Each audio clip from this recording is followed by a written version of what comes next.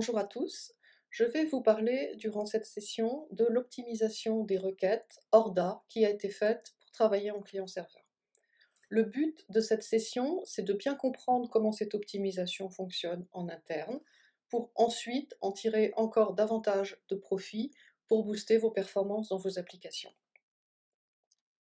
Je m'appelle Marie-Sophie Hiver, je suis chez 4D depuis novembre 2017 dans l'équipe produit. Voici le sommaire de la session. Dans un premier temps, nous parlerons du périmètre qui est couvert par cette optimisation. Ensuite, je vous expliquerai comment cette optimisation des requêtes ORDA fonctionne.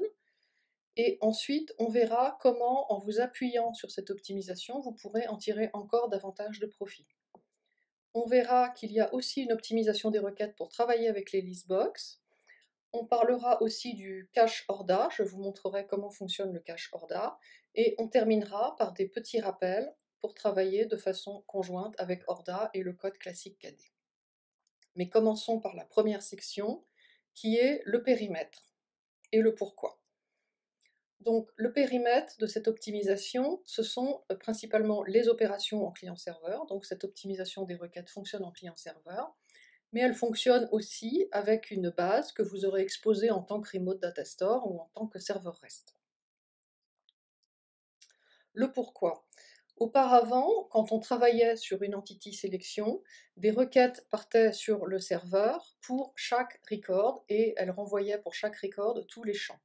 Donc ce qui pouvait effectivement affecter les performances et venir se rajouter à des problèmes de performance réseau. Donc nous avons pensé à tout cela et il y a maintenant une optimisation des requêtes automatique qui est en place et on va voir ensemble comment elle fonctionne. La prochaine section, donc, c'est le comment ça fonctionne.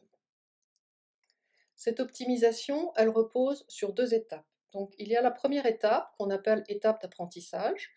Quand vous travaillez sur une entity sélection, au début, a priori, 4D ne sait pas de quels attributs vous allez avoir besoin et quels attributs vous allez utiliser.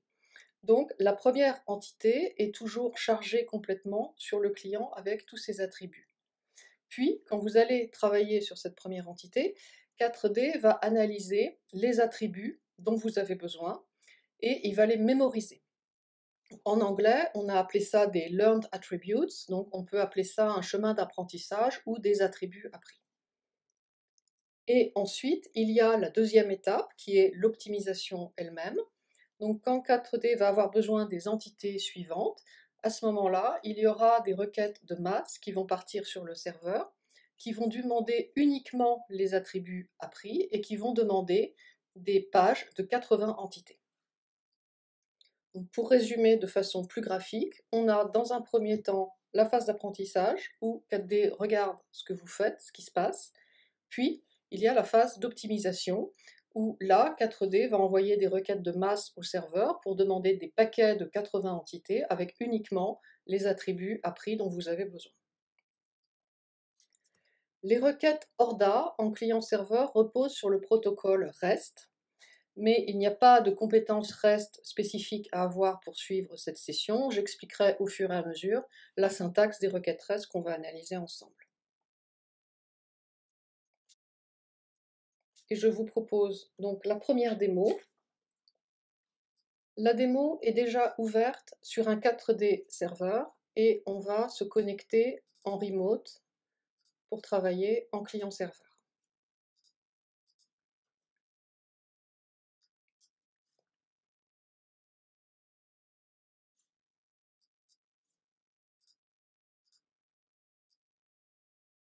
On va travailler durant cette démo avec une base de données assez simple, un modèle de données assez simple, une data class personne, une data class adresse, avec un lien many to one entre les deux. Donc chaque entité personne a une entité liée adresse.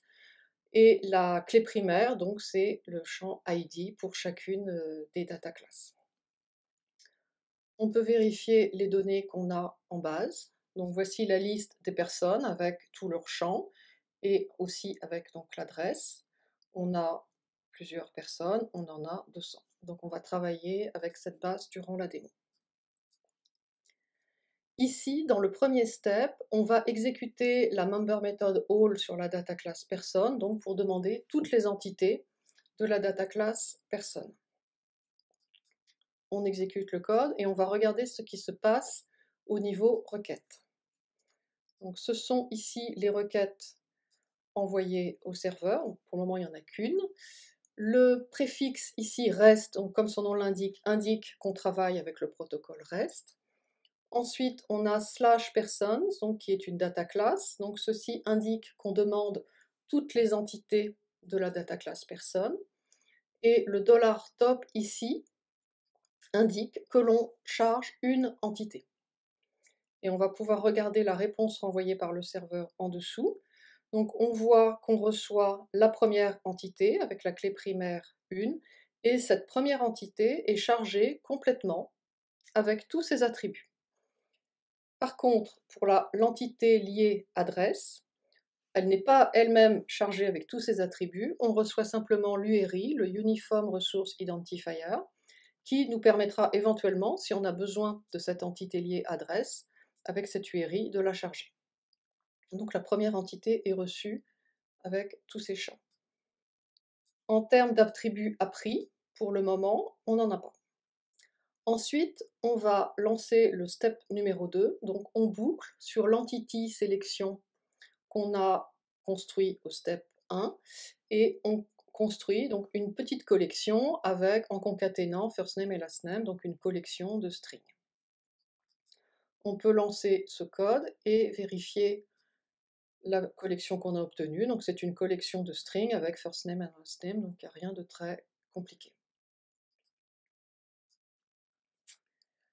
Pour la première itération de la boucle, comme on a vu que la première entité a été chargée complètement avec tous ses attributs, il n'y a pas eu de problème, on a concaténé first name et last name. Mais ensuite, pour la suite, on va regarder ce qui s'est passé au niveau requête. Donc 4D a marqué les attributs first name et last name comme attributs appris lors de la première itération. Et ensuite, on voit ici partir une deuxième requête. Donc je vais vous expliquer la syntaxe. Donc le $skip ici indique le nombre d'entités à sauter parce qu'elles ont déjà été chargées. Le $top indique le nombre d'entités que l'on veut charger. Et le $attributes indique les attributs que l'on souhaite recevoir. Donc pour cette requête numéro 2, on voit donc que l'on saute la première entité vu qu'on l'a déjà chargée lors de la requête numéro 1. On demande directement 80 entités et on ne demande que les attributs appris, first name et last name. Et on peut vérifier ici la réponse reçue du serveur. Donc on reçoit bien 80 entités. On les reçoit donc depuis la clé primaire 2 jusqu'à la clé primaire 81 et on les reçoit uniquement avec last name et first name sur chaque entité. Et ensuite, la requête suivante, donc 4D cherche à traiter les 80 entités suivantes, donc on a une deuxième requête qui part, donc en sautant les 81 premières entités vu qu'on les a déjà traitées. Donc la requête demande les 80 entités suivantes avec uniquement les attributs last name et first name, et on reçoit les 80 entités suivantes avec uniquement last name et first name, et ainsi de suite jusqu'à avoir terminé de traiter l'entité sélection. Et on peut vérifier ici les attributs appris qui sont liés à cette entity sélection form.sélection, ce sont last name et first name. Donc la conclusion ici pour cette partie, c'est que une fois que 4D a identifié les attributs que vous utilisez, à ce moment-là, on a ensuite des requêtes de masse qui partent vers le serveur pour demander des paquets de 80 entités avec uniquement ces attributs. Donc on comprend assez facilement que ça va optimiser les performances. Maintenant, je vais vous montrer une deuxième partie de cette démo, puisque vous vous demandez peut-être, quand même, cette boucle, elle est assez simple, on utilise toujours first name et last name. Que va-t-il se passer s'il y a des if dans la boucle? Et là, on va le voir tout de suite. Donc ici, On exécute également la member method all sur la data class personne pour demander toutes les entités et on boucle sur l'entity sélection qu'on a obtenue. On utilise toujours first name et âge comme attributs. Mais si l'âge est supérieur à 80, à ce moment-là, on va avoir besoin de la ville. Donc avant de continuer, on va juste faire un petit retour sur les données. Puisqu'il est important d'avoir en tête ici que toutes les personnes dont l'âge est supérieur à 80 ont des clés primaires qui sont des multiples de 10. Donc elles ont été surlignées en orange. Ici, on voit que l'âge est supérieur à 80, la clé primaire est 10. 90, clé primaire 20. Âge ici supérieur à 80, clé primaire 30, et ainsi de suite. Donc on lance le code, on peut vérifier la collection qu'on a obtenue. Donc on a une collection donc avec first name et âge, et quand l'âge est supérieur à 80, on indique la ville.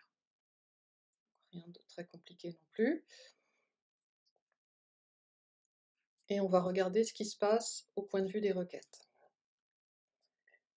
Pour la première requête ici, c'est la même chose que précédemment. Donc la première entité est complètement chargée avec tous ses attributs, âge, last name, gender, etc.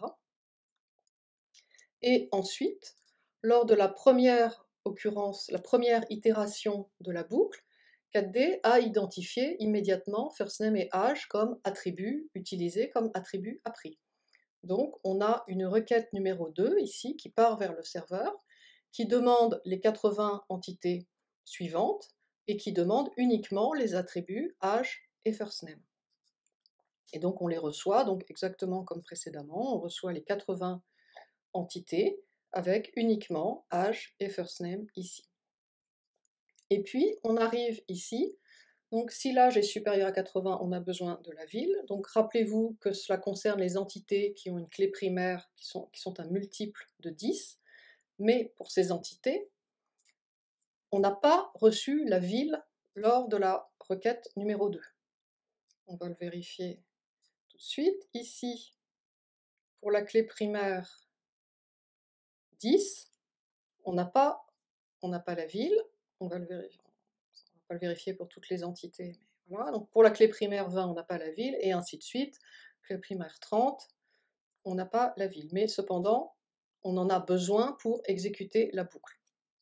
Et donc, cela explique donc les requêtes suivantes. Ici, 4D charge l'entité personne avec la clé primaire 10, ici, afin d'obtenir donc l'URI de l'entité liée adresse, et ensuite 4D charge l'adresse correspondante pour obtenir la ville et pour exécuter la boucle puisqu'on a besoin de la ville ici. Et ainsi de suite, donc c'est ce qui se passe dans les requêtes suivantes pour les entités donc de clé primaire 10, 20, 30, 40, 50, 60, jusqu'à 80. Et on arrive ici à la requête numéro 19. Donc ici, 4D a fini de traiter les 81 premières entités et a maintenant besoin de la page suivante, de la page 80 entités suivantes. Et c'est à ce moment-là que la ville est ajoutée à la liste des attributs appris et qu'elle est demandée dans les requêtes. Donc ici, on voit donc qu'on charge les 80 entités suivantes et là on les demande avec les attributs âge, first name et city. Et on peut vérifier ici que l'on reçoit les 80 entités suivantes, donc depuis la clé primaire 82 jusqu'à 161, et on les reçoit bien à chaque fois avec âge, first name et city pour chacune des entités, âge, first name et city. Et on peut vérifier également les attributs appris qui sont liés à l'entity sélection, donc form.sélection. On a first name, âge et city. Donc la conclusion pour cette partie, c'est que la liste des attributs appris vient s'enrichir au fur et à mesure que vous faites des choses dans votre code. Et ces nouveaux attributs qui viennent s'ajouter à la liste seront inclus aux requêtes la prochaine fois que 4D a besoin d'une page de 80 entités. Et je vous propose donc de passer à la suite qui est donc la section où je vais vous montrer comment, une fois que vous avez bien compris comment l'optimisation fonctionne, vous allez pouvoir en tirer davantage de profit. Donc une fois qu'on a bien compris le principe, on peut utiliser des contextes. Un contexte, c'est quoi? C'est une étiquette que vous allez pouvoir associer aux attributs appris. Donc on peut nommer ces attributs appris un peu comme une liste de courses. Donc on a toujours la phase d'apprentissage, la phase d'optimisation, donc ça ne change pas. Mais ensuite, si vous enregistrez vos attributs appris, si vous les associez à un contexte, vous allez pouvoir ensuite indiquer à 4D pour les futures requêtes de travailler directement en mode optimisé. Et donc de sauter la phase d'apprentissage. Donc on va le voir tout de suite avec une démo, la démo sur les contextes. Donc avant de commencer, il faut savoir que toutes les member méthodes qui peuvent construire une entity sélection ou vous renvoyer une entité ont été maintenant mises à jour et elles peuvent accepter en paramètre un objet qui doit contenir une propriété appelée contexte et dont la valeur doit être une string. Ici, on va exécuter la member method all sur la data class person, donc comme précédemment, pour récupérer toutes les entités de la data class person, et on l'exécute en lui passant un objet qui a donc cette propriété contexte qui vaut contexte A. Et on va exécuter ce code, et on va regarder au niveau requête ce qui s'est passé. Donc, c'est le même principe que précédemment. Donc, la première entité est complètement chargée ici avec tous ses attributs. Et comme on avait besoin ici, lors de la première itération de la ville, il y a donc là une deuxième requête qui, à partir de cette URI sur l'adresse, a chargé l'entité adresse liée pour récupérer la ville. Et ensuite, donc 4D a marqué comme attribut appris first name et la ville, et donc il y a donc des requêtes qui partent vers le serveur pour demander des pages de 80 entités avec uniquement les attributs first name et city. Donc ça, c'est le même déroulement qu'on a vu précédemment, sauf qu'il y a une grosse différence, c'est que ces attributs appris, first name et city, sont maintenant enregistrés sous le contexte A. On peut le vérifier ici. Ici, ce sont les attributs appris liés au contexte A, ce sont first name et city. Et maintenant, on va pouvoir exécuter la deuxième partie. Donc ici, on exécute la member method query donc pour faire une requête, pour rechercher les personnes dont l'âge est supérieur à 20. Et on exécute cette requête avec le même contexte A. Et on fait également une boucle. Et on va regarder ce qui se passe au point de vue des requêtes. Donc pour la première requête, la syntaxe est très compliquée, mais je vais vous expliquer les éléments importants. Ici, $query montre qu'on exécute la member method query. Ici, on effectue une requête. Donc on le voit ici.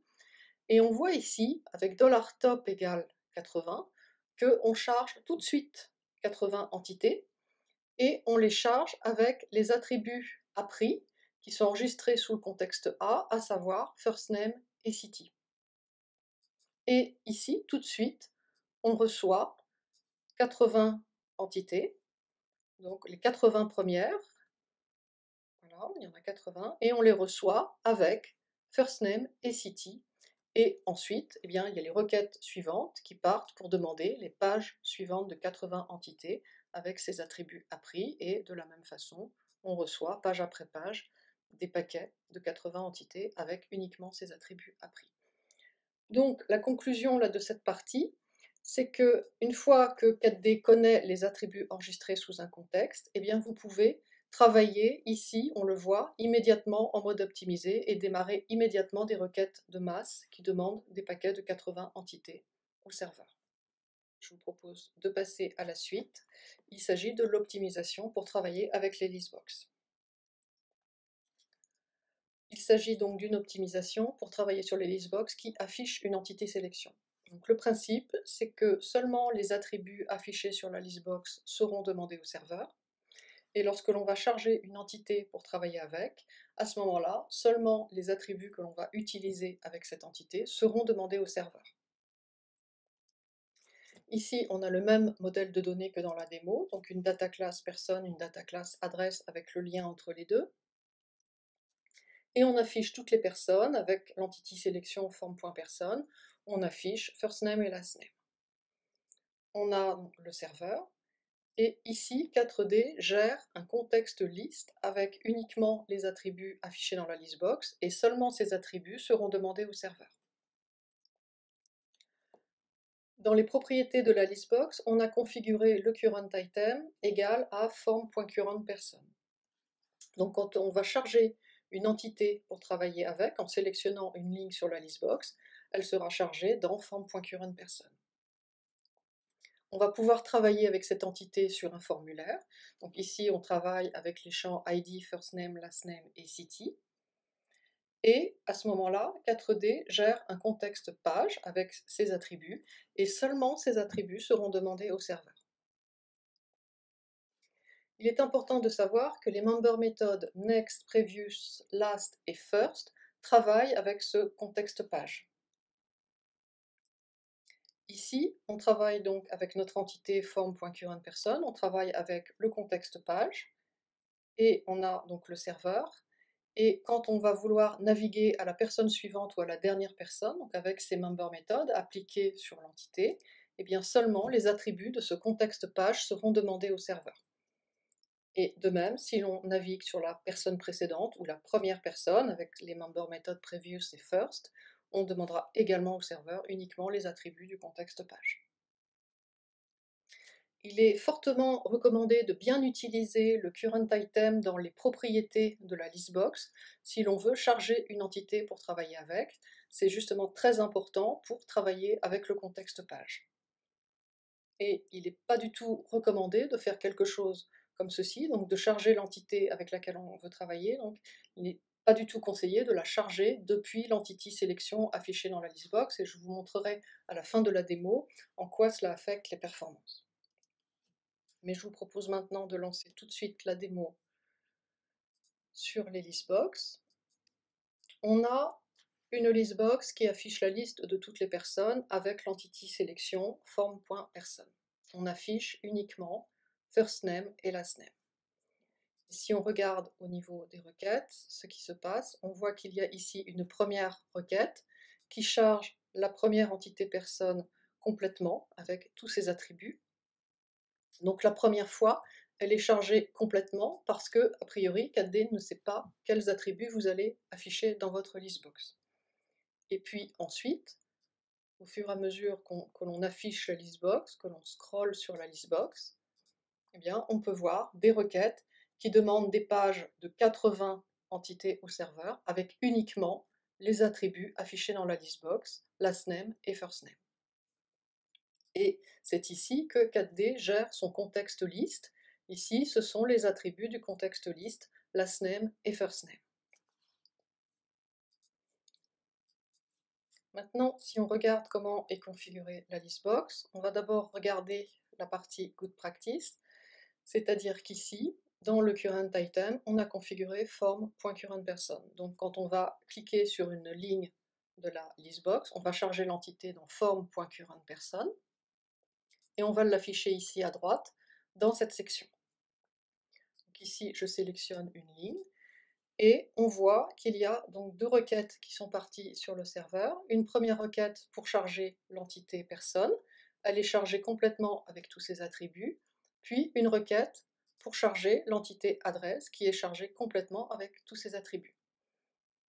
On a chargé l'entité adresse parce que ici sur le formulaire, on affiche la ville, donc on a eu besoin de l'adresse.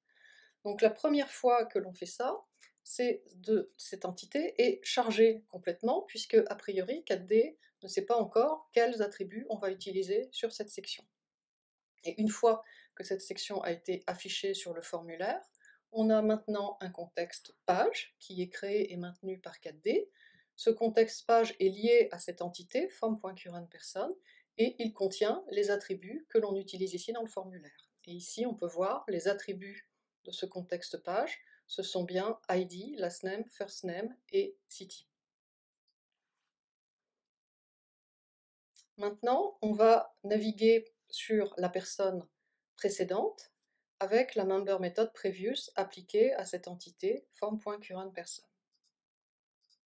Et on va vérifier ce qui se passe. On voit ici donc une requête qui a été envoyée pour charger cette entité et on a demandé au serveur que les attributs du page context, donc que last name, first name, ID et city. Et on a reçu cette entité avec uniquement ces attributs. Si on navigue maintenant sur la personne suivante, et bien de même, on demande au serveur l'entité suivante avec uniquement les attributs dont on a besoin et on reçoit uniquement les attributs du contexte page. Si on retourne du côté de la listbox, si on retourne scroller sur la listbox,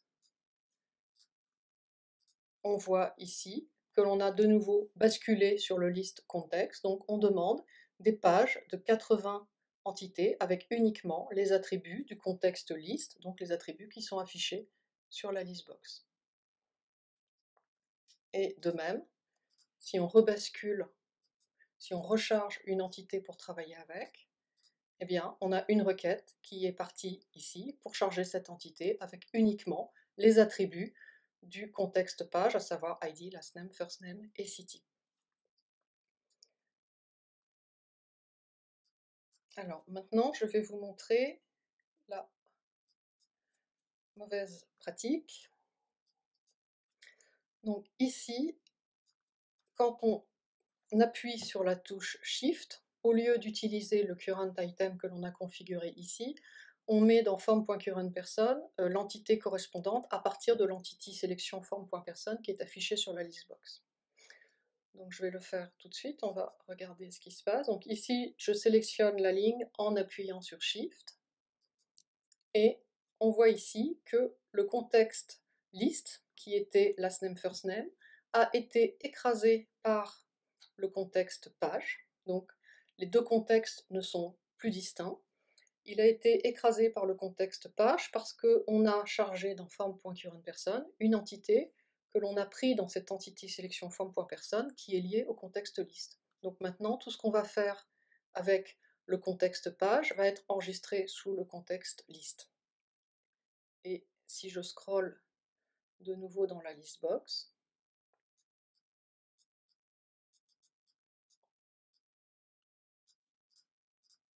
eh bien, on voit ici une requête qui demande 80 entités, mais qui ne les demande plus avec uniquement les attributs du contexte list affichés dans la listbox, mais avec tous les attributs du contexte page. Donc on voit ici que l'optimisation a été perdue, on n'a plus les deux contextes distincts. Donc la conclusion pour cette partie, c'est que 4D pour les listbox donc, gère également une optimisation automatique. 4D gère un contexte list pour l'affichage de la listbox en elle-même, donc tout ce qui est affichage et scroll, et un contexte page si on charge l'entité pour travailler avec. Et n'oubliez pas, donc c'est très important de bien utiliser le current item configuré ici pour travailler avec le contexte page et garder de bonnes performances. Comme vous l'avez vu au cours des précédentes démos, les requêtes ORDA en client-serveur sont optimisées automatiquement. Cela vous décharge donc de la préoccupation concernant l'optimisation pendant votre développement. Mais n'oubliez pas d'utiliser vous-même les contextes pour booster vos performances et tirer encore plus de profit de cette optimisation automatique. Et on va voir maintenant la prochaine section qui porte sur le cache ORDA. Je vais donc vous montrer comment fonctionne ce cache ORDA. Lorsque l'on demande des données au serveur, elles sont chargées dans ce cache. Ce cache ORDA est découpé par data class puis par entité et les données expirent après 30 secondes. Cependant, il est intéressant de savoir que ces données restent dans le cache une fois qu'elles sont expirées. C'est 4D qui fait automatiquement ensuite de la place dans le cache quand il y a besoin d'espace. Et je vais vous montrer maintenant donc la démo sur le cache ORDA. On va travailler ici avec deux contextes, donc le contexte 1 en rouge, le contexte 2 en bleu. On va lancer une première query avec le contexte 1 pour obtenir une entity sélection form.list1 que l'on va afficher dans cette listbox. Puis on va lancer une deuxième query avec le contexte 2 pour obtenir l'entity sélection form.list2 que l'on va afficher dans cette listbox. Je vous montrerai le contenu du cache ORDA, donc je vous montre d'abord comment on va procéder avant la démo. Donc dans cette grille, on verra toutes les clés primaires des entités qui sont dans le cache. Et quand on va survoler une cellule avec la souris, on verra les attributs de l'entité présente dans le cache qui vont s'afficher en dessous.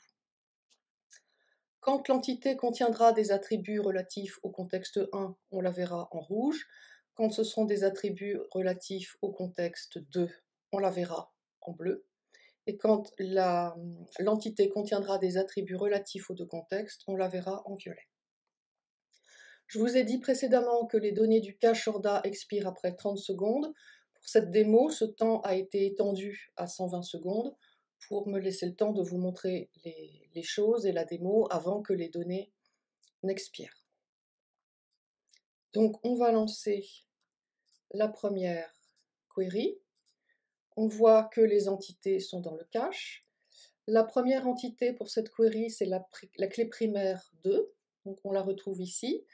Comme on a vu précédemment, donc cette première entité est chargée complètement, elle est en violet et on voit tous ses attributs en dessous.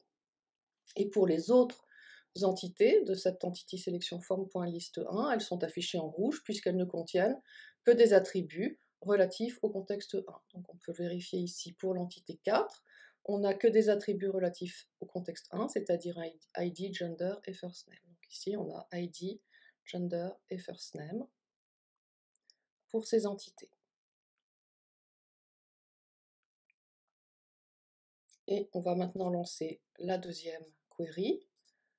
Les entités ont été chargées dans le cache. La première entité, c'est la clé primaire 3. On la voit ici, donc elle a été chargée complètement avec tous ses attributs que l'on voit en dessous et elle est affichée en violet. Et les entités suivantes, par exemple la 9 ou la 15, sont en bleu. Elles ne contiennent que des attributs relatifs au contexte 2, c'est-à-dire ID, children et last name. On a ici ID, children et last name pour ces entités. Vérifier une autre entité, par exemple la 21, elle est en bleu et elle n'a que ID, children et last name. Les deux queries ramènent des entités communes. Par exemple, l'entité 6 que l'on retrouve ici et l'entité 12 que l'on retrouve ici et ici. Et on peut vérifier, donc pour ces deux entités, elles sont affichées en violet et elles contiennent bien des attributs relatifs aux deux contextes, contexte 1 et contexte 2. On voit les attributs en dessous. Et on peut maintenant attendre que les données présentes dans le cache expirent. Donc ce sont d'abord les données relatives à la query 1 qui vont expirer en premier. Voilà, donc les données maintenant relatives à la query 1 sont expirées, elles sont en gris, mais on peut vérifier en passant la souris dessus que les données sont toujours dans le cache. C'est 4D qui fera le ménage dans le cache quand il y aura besoin d'espace.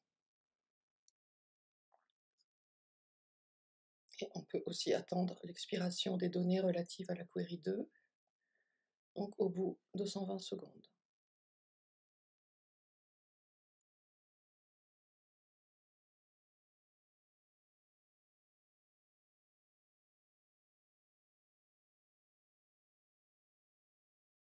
Voilà, maintenant toutes les entités dans le cache ont leurs données expirées.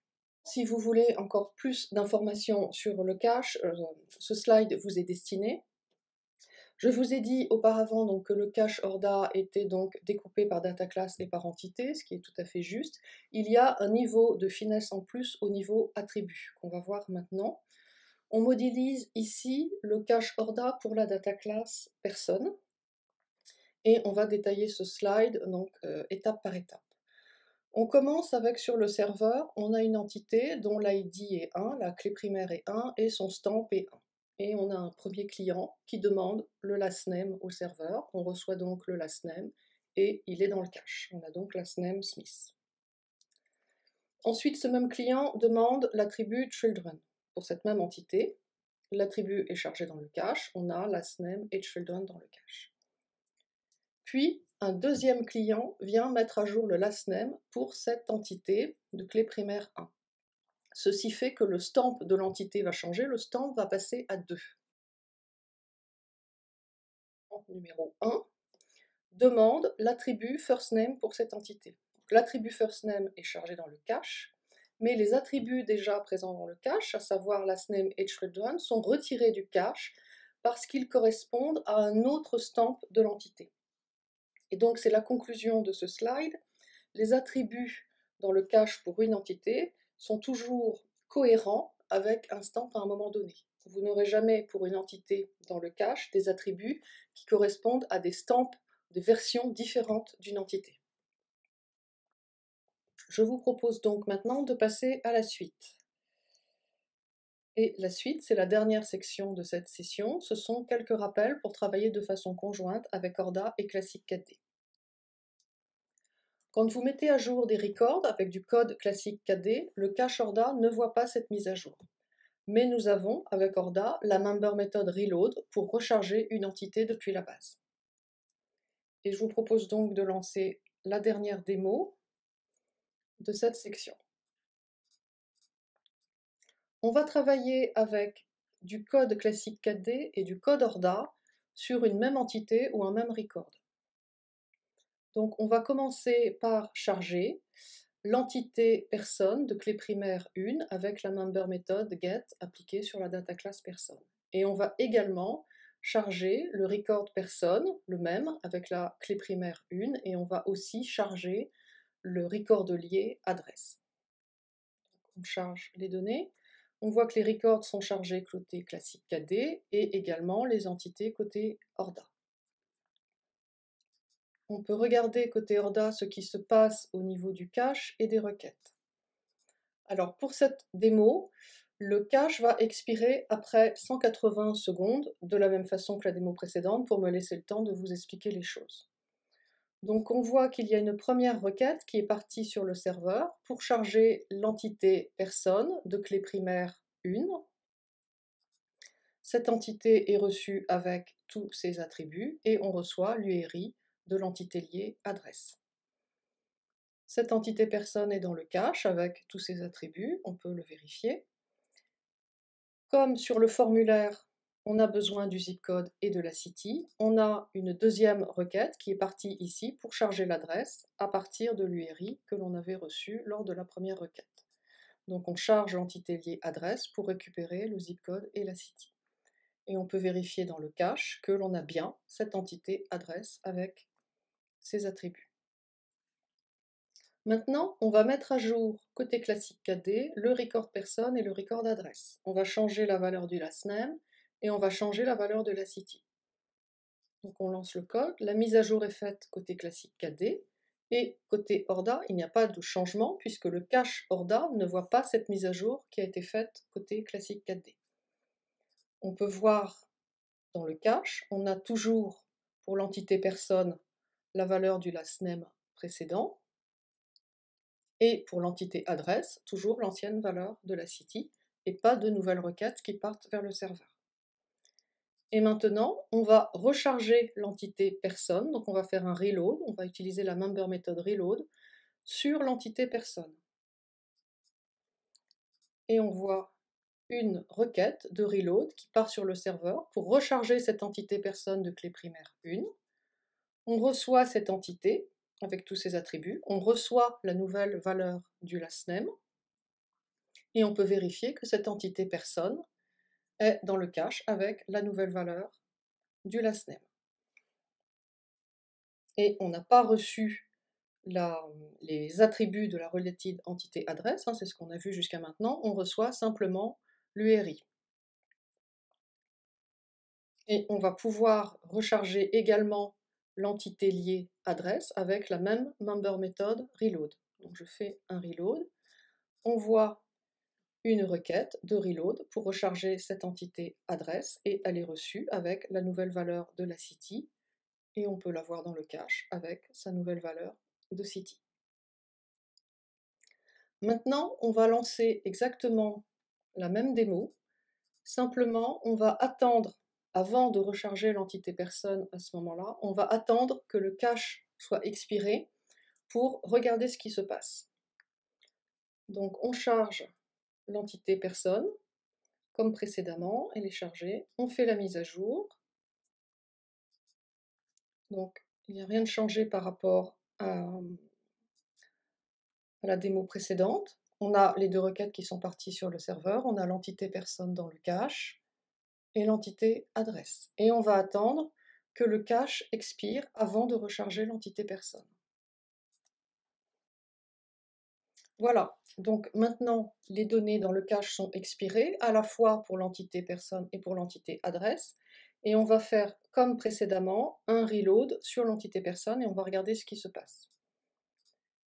Et on voit deux requêtes. Donc une première requête pour recharger l'entité personne de clé primaire 1, donc on la reçoit bien avec sa nouvelle valeur de la SNEM. Cette entité est dans le cache avec sa nouvelle valeur de la SNEM. Et on a une deuxième requête, parce que sur le formulaire ici, on affiche le zip code et la city, et le cache est expiré pour l'entité adresse.